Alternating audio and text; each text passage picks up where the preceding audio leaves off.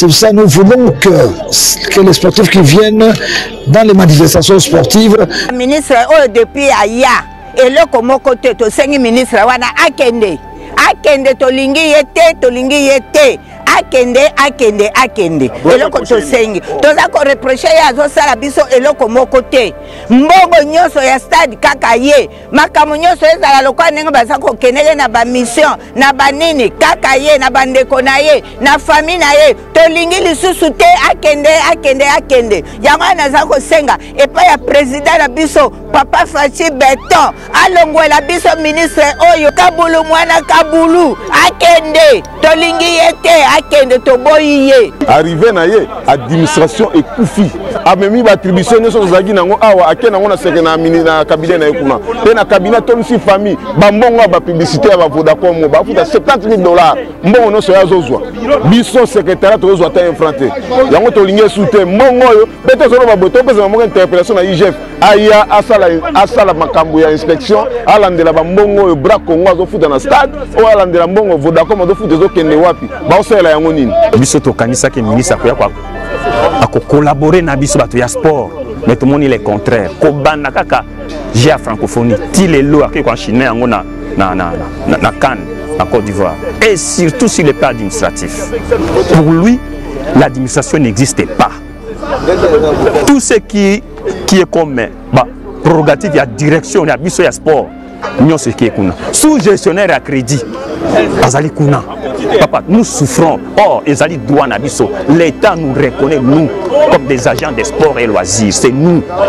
En tout cas, tu sais que le chef de l'État, Atala Makamboyo, ça ne va pas au sport. Nous avons reçu un ministre qui, je vous dis sincèrement, depuis qu'il est là, il n'a jamais fait un tour pour connaître ses administrés. Il ne connaît même pas. Moi, je vous parle, c'est un chef de division. Je ne sais même pas s'il connaît la direction d'inspection, ça existe où. Il ne connaît pas. Je ne sais pas. Ce sont des questions qu'on est en train de se poser. Alors c'est comme ça que je me dis, si le président, vraiment, Yokimbela Nabiso, Amega Kotala, ministère des Sports, c'est un ministère qu'on néglige. Ministère des Sports, c'est un ministère mounene. Ministère des Sports, c'est un ministère qui régénère la recette belée. Dans le secteur à loisirs, nous avons beaucoup. Dans le secteur à sport, nous avons bon belé. Ça peut même bafouer. Mon peut renflouer qu'est-ce qu'il y a l'État. Et c'est comme ça que nous disons non et non. Merci beaucoup.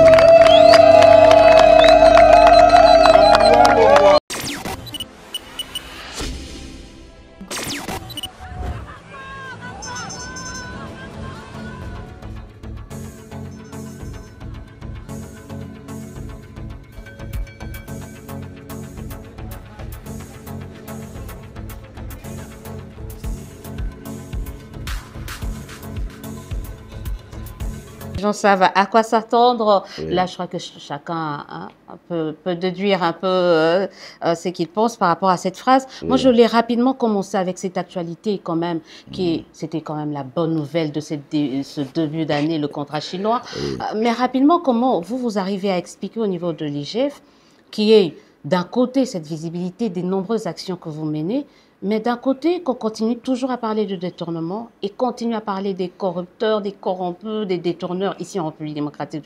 C'est un processus, mais on a l'impression que, voilà, allez, le chien aboie, la caravane passe. Non, c'est pas du tout. Vous savez, la corruption, le détournement, il n'y a aucun pays au monde qui a réussi à les rendre zéro. Même les États-Unis.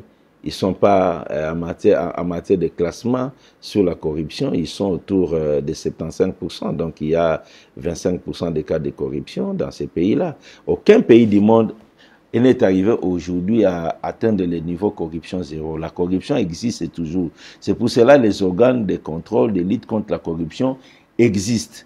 Et la lutte contre la corruption, c'est un processus. Et si vous comprenez d'où nous venons, où à un certain moment, détourner les fonds publics était un exploit, était un acte de bravoure. Et aujourd'hui, à obtenir les résultats que nous avons, il faut vraiment se dire qu'on a fait un grand travail. Donc, il y aura toujours des gens qui tenteront de détourner, il y aura toujours des gens qui tenteront de corrompre, mais ce ne serait plus à ciel ouvert comme c'était par le passé. Donc nous sommes en train de faire un travail de concert avec les autres services, la Cour des comptes, Sénaref, APLC. Nous sommes en train de faire un travail qui va, je suis sûr et certain, si les acquis sont préservés et la ligne droite est maintenue, nous aurons des résultats beaucoup plus importants dans les années à venir. Le contrôle a posteriori n'a pas marché, le contrôle a priori est en train de montrer ses limites, le contrôle concomitamment vacille. Quelles sont les limites de contrôle a priori que vous dites que le contrôle a priori a démontré ses limites? Je voulais, madame, vous dire qu'en 2021, nous avions fait des audits pratiquement dans les provinces, les établissements publics, les entreprises et certains ministères. Le constat était catastrophique. Partout, les gens se sont comportés comme de véritables coulounas financiers. Et de là, il y a eu une série de procès qui a été initié à la suite des rapports de l'inspection générale des finances.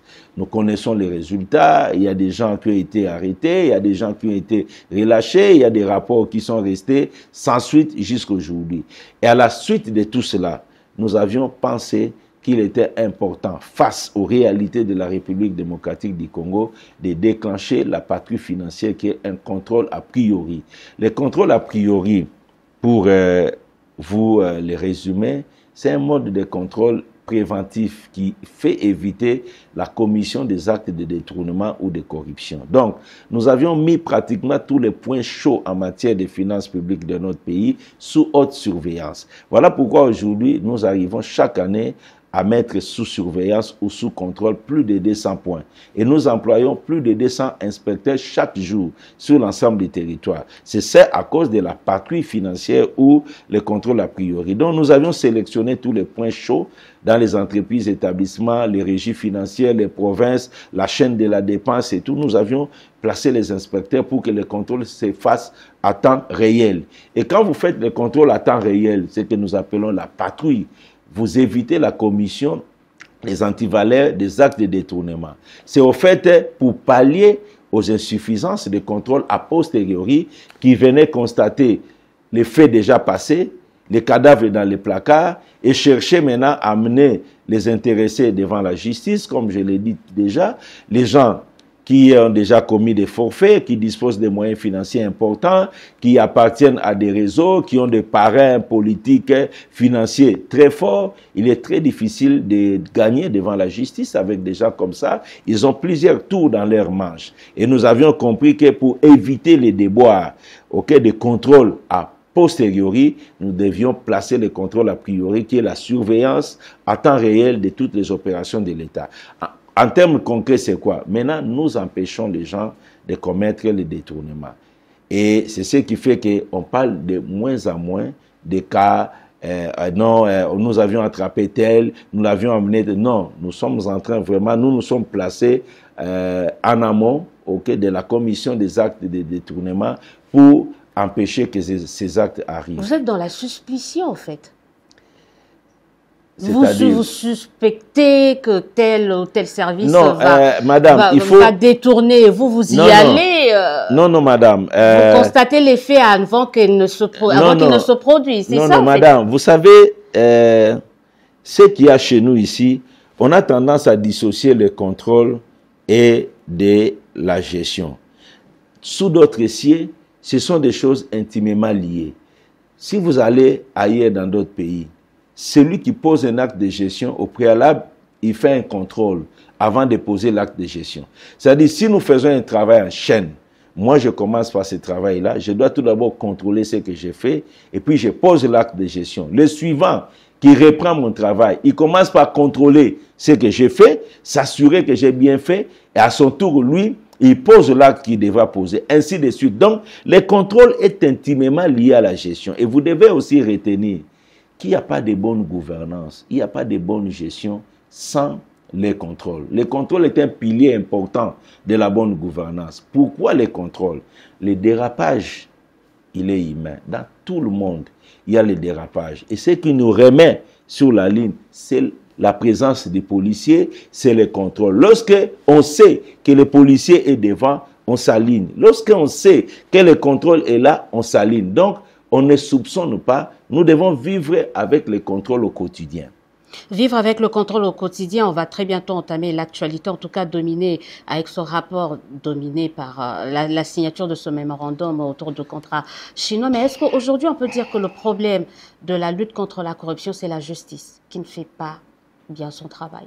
Non, je ne voudrais pas porter le jugement sur le travail des autres. Oui, parce que toutes les personnes que vous incriminez sont tout ce que moi je peux vous dire, nous sommes un service administratif chargé de détecter les cas des antivaleurs dans la gestion, d'implémenter la bonne gouvernance, de lutter contre la fraude.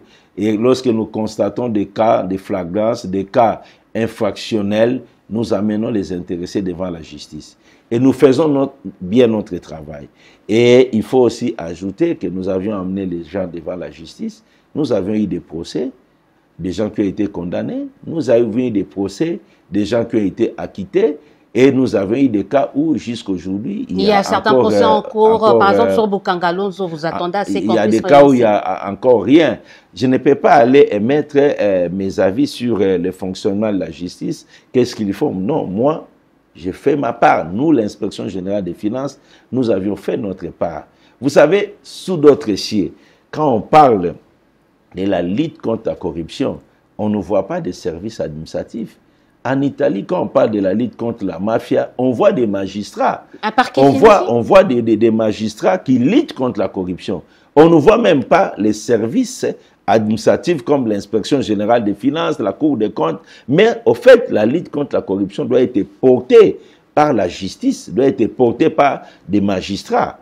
Mais nous avions fait un effort pour que tous les dossiers que nous avions eu à présenter au niveau de la justice puissent avoir les résultats, et nous avions fait vraiment un effort pour que le travail de la lutte contre la corruption ne soit pas vain dans notre pays. Donc l'idée d'un parc financier est importante. Je souscris totalement parce que le chef de l'État l'a dit pendant la campagne électorale qu'au second mandat, il envisage de mettre en place les parquets financiers. Et nous saluons cette idée, que nous ayons un parquet spécialisé en matière d'infractions financières, et le parquet qui sera composé de magistrats bien formés en matière également de la compréhension des finances publiques ou de la comptabilité, des matières financières. Parce que souvent, ce qui nous arrive aussi, quand on amène les gens devant la justice, nous avons affaire à la plupart des cas aux magistrats, et vous savez, les profils de formation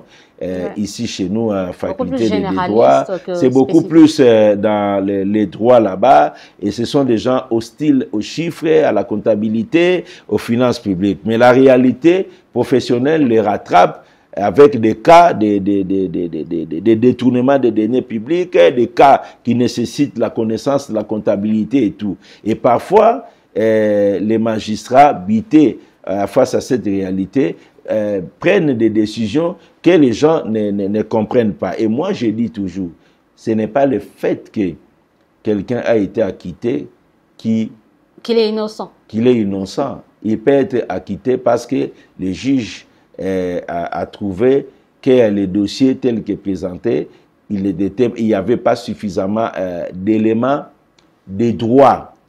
Je vais vous donner un exemple. Lorsque nous arrivons, nous trouvons que quelqu'un a eu $1 million pour faire tel travail. Et cet argent, il n'a pas fait le travail. Pour nous, il a eu l'argent, il a détourné l'argent. Mais en droit, pour parler de détournement des deniers publics, vous devez prouver que l'argent est entré dans son patrimoine privé. Et ça, c'est un exercice. Mais moi, je dis que le monsieur a eu $1 million pour faire tel travail, il n'a pas fait. Il n'a pas fait le travail, il est zéro pour moi. Et l'argent n'existe plus pour moi, il a détourné. Mais quand on arrive devant un vrai procès, on dit oui, mais il faut prouver que cet argent est entré dans son patrimoine privé. Vous voyez, de tels exercices compliquent. Il y a aussi des réformes qui doivent être faits dans le cadre de notre code pénal et donc de notre dispositif juridique pour permettre vraiment une véritable répression de la criminalité financière. Et la prise en compte de ces différents problèmes auxquels parfois vous êtes appelés à faire face, parce que la loi justement n'arrive pas à Exactement, je peux vous donner même un cas. Nous avons la loi sur la passation des marchés, qui demande aux gens de respecter la procédure de passation des marchés. Mais curieusement, que ce soit le code pénal, même la même loi, ne prévoit pas, ne dit pas clairement que le fait de n'avoir pas suivi la procédure de passation des marchés est une infraction. Donc, si une personne ne suit pas la procédure ou ne respecte pas cette loi, la loi sur la passation des marchés, ni le code pénal, n'érige pas cela en une infraction pénale. Vous comprenez? Donc, il y a beaucoup de choses que nous devons faire pour améliorer notre dispositif juridique. Alors, pendant qu'on célébrait la victoire des Léopards qui passaient en demi-finale, l'IGF nous a annoncé la signature de mémorandum révisitant le contrat chinois, le contrat du siècle. Tout le monde était content, mais il y a une structure qui n'était pas contente, c'est le Congo n'est pas à vendre. Ils disent que non, mais la RDC n'a vraiment pas gagné du tout par la révisitation de ce contrat. Alors, je vais vous donner quelques éléments et vous allez essayer de nous répondre en nous faisant voir si, effectivement, la RDC est sortie gagnante de la révisitation de ce contrat chinois. Il parle, par exemple, de fonds additionnels destinés aux infrastructures, qui maintenant est passé à 7 milliards. Donc, on a ajouté 3,8 milliards de dollars, si je ne me trompe pas. Alors, il se dit, est-ce un prêt ou des revenus directs de projets miniers? Ça, c'est le Congo n'est pas à vendre qui dit ça. Voilà, le malheur aussi avec les Congolais, nous faisons des critiques sur des choses que nous ne maîtrisons pas. La démarche à faire, c'est peut-être de venir s'informer. Vous savez, l'inspection générale des finances... Voilà pourquoi nous sommes là. Là, ce sont des préoccupations. Non, je parle de l'ONG, mais il n'y a pas que l'ONG. Il y a même certains officiels qui estiment que le contrat n'a pas été bien négocié. Mais nous avions commencé par publier un rapport qui fait état d'une situation catastrophique, que notre pays n'a pas bénéficié de ce qu'il devait bénéficier dans le cadre de ces contrats. On a produit des chiffres. Personne n'est venu, en tant que Congolais patriote, apporter sa contribution en disant, à part cela, il y a ça, il y a ça, il y a ça. Les autres ONG, ODEP, Likoko, AKG, Azado, étaient associés. Ils ont participé quand on a produit les rapports. Vous les aviez contactés? Oui, vous aviez contacté? Oui, on a appelé la société civile. Okay. On a appelé toute la société civile. Il y a une commission de révisitation qui a été mise en place, qui comprenait, retenait la présidence de la République, les gouvernements au travers du ministère des Finances, ministère des Mines, ministère du Budget, ministère de la Justice, ministère des Infrastructures, ministère du Commerce extérieur. Il y a eu la GECAMINE dans cette commission, l'inspection générale des finances, l'agence de suivi des projets sino-congolais. Il y a eu la cellule technique du ministère des Mines. On a fait appel à la société civile. On s'est retrouvé plus de 120 personnes dans une grande commission pour améliorer le travail de l'inspection générale des finances. Donc c'est à ce moment-là que les gens devaient apporter leur contribution pour dire voici ce que nous devons réclamer. L'inspection générale des finances a produit son rapport, c'est bien, mais nous ajoutons tel élément. Les structures que je venais de citer ont apporté leur contribution, ont amélioré les revendications de l'inspection générale des finances. C'est ce qui a produit la feuille de route de négociation. Par la suite, il y a eu plus de 30 réunions, parfois de plus de 5 heures du temps par jour pour discuter avec la partie chinoise. Il y a des gens qui ont activement participé et nous sommes arrivés à la fin, nous avions produit les résultats. Mais là, voilà la question que vous me posez. Est-ce que c'est un prêt? Le fonds additionnel, est-ce un prêt ou un revenu? C'est une preuve que chaque fois qu'on communique autour de ces résultats, soit qu'ils ne suivent pas, soit qui ne veulent pas suivre, ils veulent seulement être du côté de ceux-là qui critiquent. Nous avons clairement dit, lors du dernier point de presse organisé par son Excellence, Monsieur le Ministre, de la communication, avec son Excellence, Monsieur le ministre d'État, ministre aux ITPR. J'y ai personnellement participé avec le directeur du cabinet adjoint du chef de l'État en charge des questions économiques. Nous avions clairement expliqué que les 7 milliards ne sont pas un prêt à rembourser par la République démocratique du Congo. Les 7 milliards seront tirés des bénéfices, des gains que Sicomine réalise. Donc, quand nous parlons de 7 milliards, ce n'est pas un prêt, c'est non remboursable, c'est ce que nous tirons de l'exploitation de la société Sicomine, des bénéfices que nous tirons de Sicomine, des gains que Sicomine réalise. La République démocratique du Congo prend 324 millions de dollars chaque année pour construire les routes. Attendez que je vous explique. J'en ferai rapidement parce qu'il y a quand même des questions. Oui, je vais vous expliquer. Donc, c'est des fonds que nous tirons de cette manière-là, que la République ne va pas rembourser. Et j'ai cru aussi entendre les gens dire, s'il n'y avait pas ces mémorandums, la République... Mais la République gagnerait. Posez-leur la question, avant ces mémorandums, la République gagnait combien? Dans le cas des projets Sicomine, 0. Ils sont incapables de vous donner des chiffres. La République ne gagnait rien. Les rapports de l'inspection générale des finances le disent clairement.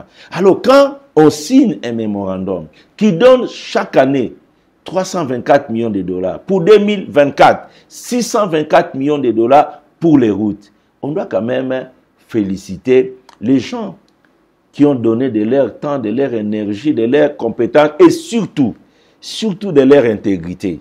Pour qu'on arrive à un tel résultat, on doit les féliciter. On ne doit pas seulement être de mauvaise foi comme un peu de la sorcellerie en critiquant même des choses que vous ne pouvez pas critiquer. Donc, je voulais vous dire, 7 milliards de dollars américains revenant à la RDC, c'est près de 7000 km de routes. Vous savez, le réseau routier de la RDC aujourd'hui est composé de combien de kilomètres?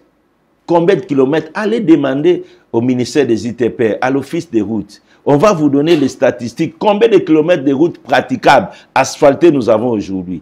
Et vous arrachez la construction de 7000 km de routes, de nouvelles routes. Il faut parfois avoir la modestie ou la reconnaissance du travail des autres. Et chaque année, nous avons 324 millions de dollars. Et c'est l'équivalent de 350 km de routes. Est-ce qu'on a déjà construit par an ici dans ces pays? De votre expérience, on a déjà construit 200 km de routes par an?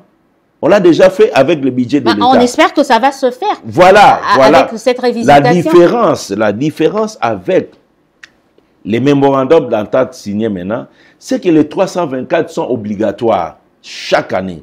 Et chaque mois de juin de chaque année, il y a une évaluation entre les deux parties pour s'assurer que les 324 millions de dollars ont été débloqués et les travaux ont été faits. Donc, pour nous, c'est un résultat remarquable auquel les gens qui ont négocié ont offert à la République. Mais l'autre crainte de ces gens-là, on parle de surendettement. J'ai dit que ce n'est pas un endettement. Donc, ce n'est pas un prêt, c'est de l'argent que nous tirons. Écoutez, je vais vous donner des statistiques. Nous sommes partis d'un constat. Depuis 3 ans, la Sicomine réalise 1 milliard de dollars de bénéfices. La Sicomine fait 2 milliards de dollars de chiffre d'affaires avec 50% de charges et qui laisse 1 milliard de dollars de bénéfices. Sur les 1 milliard, il a été décidé que 324 millions soient prélevés par l'État congolais pour construire les infrastructures. Et ces 324 millions de dollars ne sont pas remboursables. C'est de l'argent qu'on donne à la RDC parce que la convention était minérée contre infrastructure. Donc chaque année, sur les 1 milliard réalisés par la GECAMINE, par Sicomine, on prend 324 millions de dollars pour faire environ 350 km de route. Et sur ce qui reste, soit autour de 650 millions de dollars, la GECAMINE, qui est partenaire avec la partie chinoise dans Sicomine, va se partager les 650 millions en raison de 200 millions de dollars chaque année pour la GECAMINE et 450 millions pour la partie chinoise. Et si vous prenez globalement la situation, vous verrez que sur les 1 milliard de bénéfices, la RDC prend 324 millions, plus 200 millions de la GECAMIN, nous passons à 524 millions que la partie RDC prend et le reste, les autres prennent 450 millions. C'est ça la réalité. Donc ce n'est pas un prêt. Donc c'est de l'argent que nous prenons pour mettre dans les routes et personne ne va rembourser cela. Personne ne va rembourser, c'est vrai qu'il y a beaucoup de détails. Donc dites à ces gens-là de se renseigner tout d'abord, de se renseigner au lieu de faire des déclarations inutiles. Ils vont certainement suivre cette émission. Il faut qu'ils viennent se ressourcer, qu'on leur explique ce qui a été fait. Ils vont certainement suivre cette émission. J'ajoute encore, j'arrive, pardon, je voulais terminer. Il y en a qui peuvent aussi dire, ah non, les pays consent les exonérations. C'est ce que je voulais dire. Ah, c'est la valeur totale, les exonérations, il n'y a pas une évaluation dans ce sens. Il y a une évaluation. Pour votre information, nous avions demandé les statistiques des exonérations accordées à la SICOMIN au niveau de la DGI, la Direction Générale des Impôts, au niveau de la douane. Vous savez ce que ça donne? Moins de 60 millions de dollars d'exonération par an. La DGI a donné, ils sont en train de me suivre, ils ont donné près de 666 millions de dollars pour 15 ans d'exonération. Et vous faites la moyenne, vous tombez autour de 25 millions de dollars par an d'exonération. Quand vous ajoutez avec la douane et la DGRAT, vous vous retrouvez avec un paquet d'autour de 60 millions de dollars d'exonération. Vous exonérez pour 60 millions de dollars et vous gagnez 324 millions que vous mettez dans les routes hors budget de l'État. Il faut s'informer, avoir les chiffres pour que vous puissiez critiquer. C'est important. C'est important, mais ils disent également, toujours la Sainte-Père, oui. Le Congo n'est pas à vendre, le Sainte-Père est en train de dire que, écoutez, on n'a pas évalué le transfert, mécanisme de transfert de technologie et transfert des compétences. Vous n'avez pas fait allusion dans la révisitation de ce contrat chinois. C'est-à-dire, dès que ça termine, est-ce que les Congolais vont être bénéficiaires de ça? Encore des tralala, blablabla, blablabla. L'histoire de SICOMIN, ce n'est pas un PP. Ce n'est pas un partenariat public-privé. OK? Donc, c'est une société créée entre deux parties, GECAMIN et les Chinois. Les Chinois ont amené leur argent. Ils ont amené leur caution dans les prêts que la société SICOMIN devait bénéficier. Maintenant, on a amené nos mines aussi. J'arrive, je vous explique. Je vous explique. SICOMIN, c'est une société créée entre deux parties, GECAMIN et les Chinois. GECAMIN amène ses permis d'exploitation de gisements. OK? Les Chinois amènent près de 1,6 milliard de dollars de l'argent frais pour démarrer les projets. Ils amènent également des garanties en ce qui concerne la levée de fonds à l'extérieur pour financer les projets miniers. Les deux parties se sont mis ensemble pour travailler. C'est une société composée de deux actionnaires. Et ce n'est pas un PP, ce n'est pas un partenariat public-privé. Ok, s'ils parlent de transfert de technologies, qu'ils les demandent autant à TFM et les autres. Il faut que les gens comprennent tout d'abord c'est quoi, qu'ils aient la convention, qu'ils puissent lire avant de critiquer. Sinon, ils sont en train de démontrer qu'ils ne maîtrisent rien de cette convention. Ils sont en train de parler en l'air. Donc, je pense qu'on doit avoir la modestie et surtout le sens patriotique de reconnaître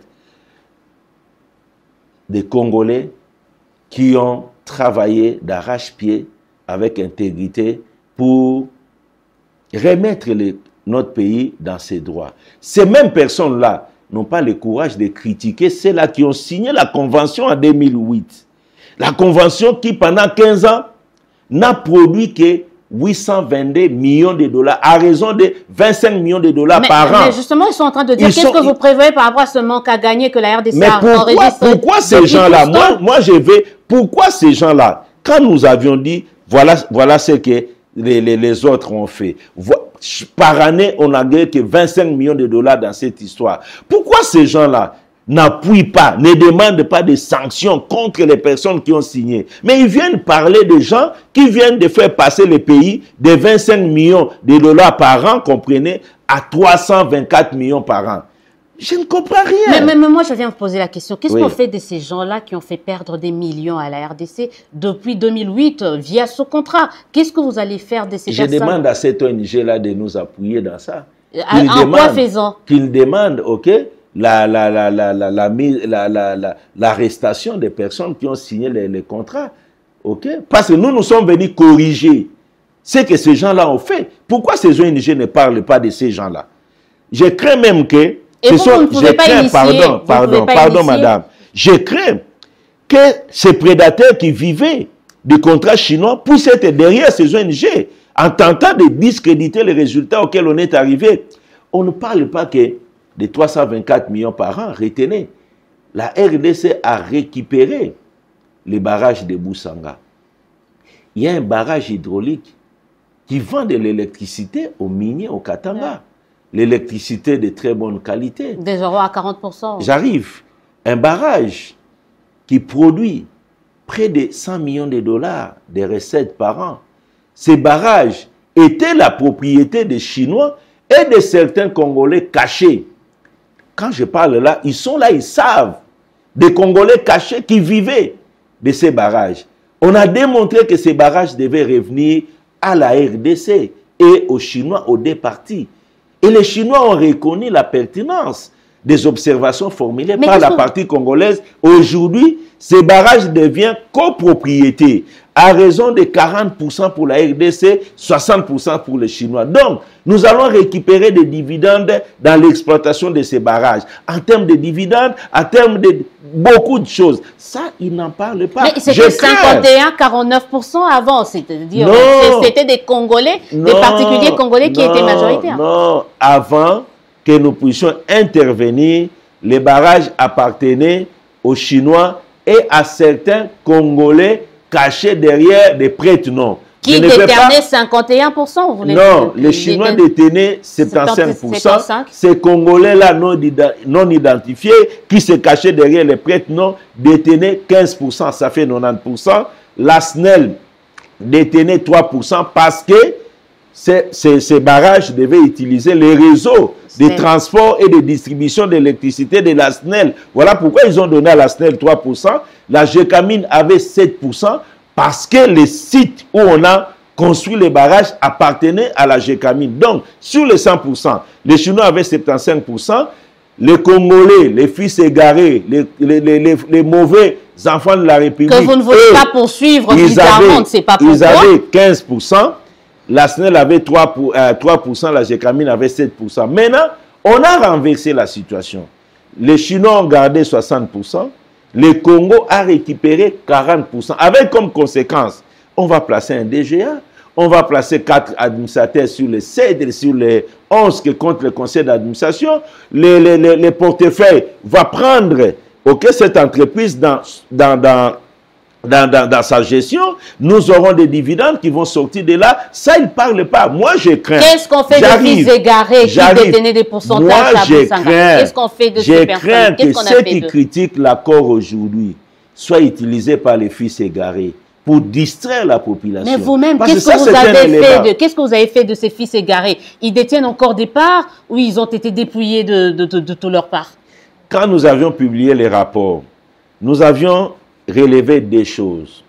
Premièrement, la mauvaise foi, si pas la sorcellerie des représentants congolais qui ont participé à la signature de cet accord.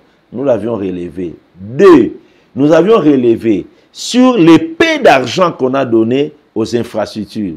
822 millions en 15 ans. Les infrastructures réelles n'était qu'autour de 400 millions de dollars. Donc, près de la moitié des fonds mis à la disposition de la République détournés au travers de la surfacturation des travaux de route. L'élément suivant, nous avions démontré que les gains étaient mal répartis et qu'il fallait rééquilibrer. Donc, la partie des gens qui ont mal négocié, sciemment, mal signé ces accords, parce qu'ils ont privilégié ce qu'ils devaient mettre dans leur poche, au détriment de la République démocratique du Congo, la justice devait s'en occuper. Là où nous avions parlé de la surfacturation de 822 millions débloqués, on a eu des travaux autour de 400 millions. Il y a même un rapport que nous avions envoyé au niveau de la justice. Il y a des gens qui ont été arrêtés pour par la suite relaxer. Qu'est-ce que vous voulez que nous puissions faire? Nous ne pouvons pas tout faire, l'inspection générale des finances. Nous ne pouvons pas aller contrôler, établir les faits et tout, aller arrêter les gens. Arrêter les gens, ce n'est pas notre problème. Rendre justice, ce n'est pas notre problème. Dans la lutte contre la corruption, il y a des compartiments. nous faisons notre travail, les autres aussi doivent faire leur travail. Je repose ma question. Voilà. Dans les 40% que détient actuellement la RDC, Oui. il y a combien de parts qui reviennent actuellement aux fils égarés, en tout cas ceux-là que vous Ils n'auront rien. Les 40% reconnus à la RDC aujourd'hui revient à la RDC comme pays. Et c'est le ministère du portefeuille qui va gérer les 40% revenant à la RDC. Cette fois-ci, il n'y a pas eu de fils égarés. Il y a eu des fils patriotes de Congo qui sont allés dans une négociation et qui ont arraché d'énormes résultats spectaculaires pour leur pays.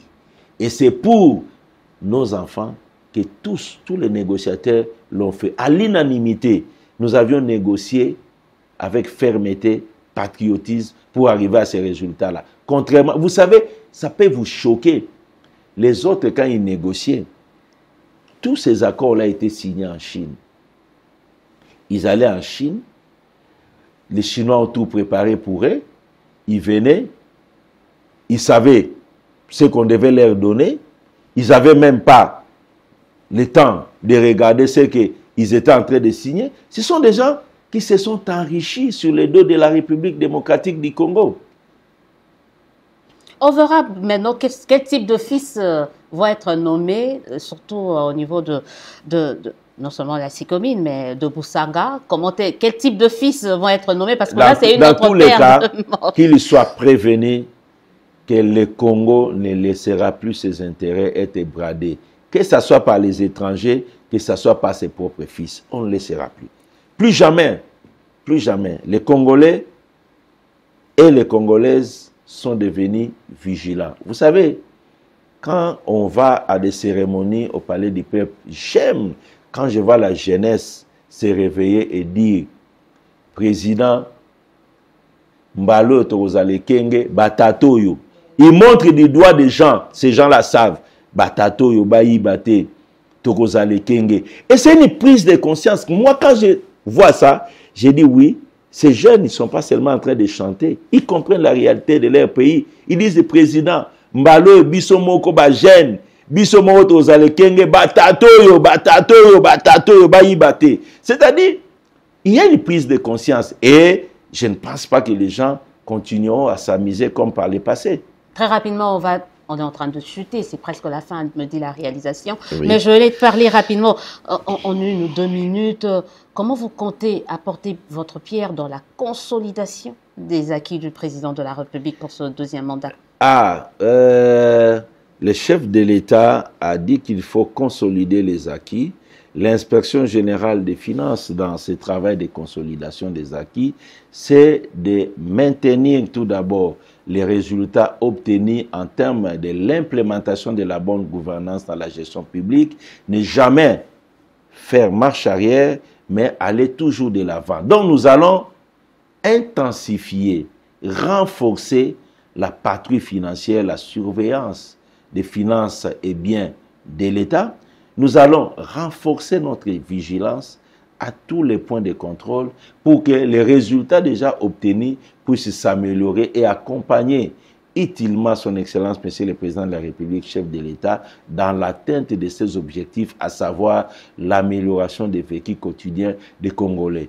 Nous ne pouvons pas arriver à l'amélioration des vécus congolais, des vécus quotidiens des Congolais, si nous n'arrivons pas à mettre fin à tous ces désordres qui régnaient dans les finances publiques. Si nous n'arrivons pas à dissuader les prédateurs financiers de reculer des gains communs qui devraient être affectés à des usages communs. Donc, notre rôle, c'est là, et nous allons vraiment renforcer la vigilance pour accompagner utilement le président de la République, pour accompagner utilement notre pays. Selon certaines informations, vous êtes beaucoup plus mis en difficulté par les proches, justement, du président de la République. Comment vous en sortez, quand même? Dans votre mission, on dit la plupart des personnes, ils se revendiquent néanmoins proches du président de la République. Ça, c'est selon vos informations. Mais vous savez, le travail que nous faisons, je vous ai dit, moi j'ai 34 ans. Peut-être les gens ne le savent pas. J'ai 34 ans de métier d'inspecteur de finances. Je n'ai fait que ça toute ma vie. Je n'ai fait que ça. Donc, on est habitué à des pressions, que ça vienne de gauche, de droite. Nous savons faire face à ces pressions. Celui qui te dira qu'il n'y a pas de pression dans son travail, il ment. Les pressions peuvent arriver de la classe politique, des autorités administratives, de ta propre famille, de tes propres frères aussi, de partout. Mais notre force, c'est de privilégier les lois, le respect des lois de la République. Si quelqu'un vient pour une intervention, mon rôle, c'est de regarder, de lui expliquer, comment se présente le problème, qu'est-ce que nous devons faire et pourquoi nous avions fait ce que nous avions fait. Et la plupart des gens comprennent. Il y a que ceux-là qui ont la prédation dans leur ADN et la détermination de ne pas abandonner, qui persistent, qui continuent à insister. Mais nous devons comprendre, pour l'intérêt des générations futures, pour l'intérêt de nos enfants, nous devons travailler pour remettre le Congo sur une nouvelle direction telle que le veut son Excellence, Monsieur le Président de la République, chef de l'État. Nous devons tous nous investir dans cet objectif-là. Dans cet objectif-là, ce sera peut-être votre mot de la fin. J'aurais bien aimé qu'on parle, par exemple, de Samcret, en tout cas la route Kananga-Mbujimayi, où vous avez été cité avec la société Samcret, parce que la route, elle est toujours pas réhabilitée. Un petit mot sur ça. Qu'est-ce qui s'est passé? La route est en train d'être réhabilitée. Et ce qui s'est passé dans les dossiers Samcret, ils avaient sollicité un paiement de 29 millions de dollars. Nous avions constaté qu'ils avaient précédemment bénéficié d'un autre paiement de 29 millions de dollars et ce paiement, il y avait un certain nombre d'exigences, un certain nombre de travaux à faire avec ça. Et pour que vous puissiez avoir un deuxième paiement, il faut justifier l'utilisation faite du premier paiement, ce qui n'avait pas été donné. Donc, ils ont été incapables de justifier qu'est-ce qu'ils avaient fait des 29 millions de dollars qu'ils avaient eu depuis le mois d'avril 2022.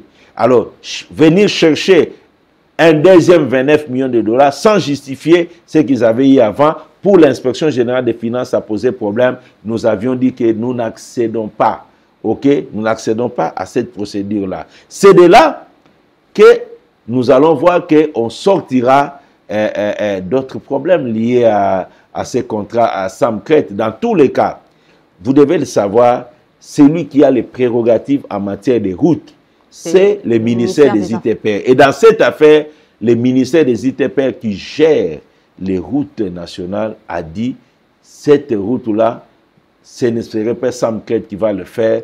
Nous avons d'autres engagements. Aujourd'hui, si vous allez là-bas, allez, vous êtes journaliste avec vos caméras, vous allez voir cette route-là, on a déjà commencé à travailler. Ce n'est plus comme Samcret l'avait laissé. Moi, je ne suis ni pour l'un, ni pour les autres, mais je pense que je vous donne l'information. Le ministère des ITP a décidé que compte tenu de tous les dysfonctionnements constatés avec Samcret, de confier la construction de cette route à un autre opérateur, à un autre constructeur. C'est ce qui s'est fait. Nous avions seulement exigé la justification des montants préalablement touchés avant que nous puissions accéder à une autre demande de paiement qui a été formulée par l'opérateur concerné. Voilà.